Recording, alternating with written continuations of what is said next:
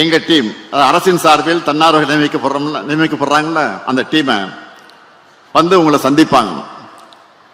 அவங்க கிட்ட உங்க கனவுகளை சொல்லுங்க. தாமரை சொந்தங்கள் அனைவருக்கும் வணக்கம். நேரம் இல்லாத காரணத்தால் தனித்தனியா என்னால பேர் சொல்ல முடியல. மேடையில் இருக்கும் அனைத்து பெரியவர்களுக்கும் என்னுடைய சிறம் தாழ்ந்த வணக்கத்தை தெரிவித்துக் கொள்கிறேன். நம்மளுடைய ஒவ்வொரு கட்சிக்கும் ஒரு கொள்கை இருக்கும். ஆனா ஒரே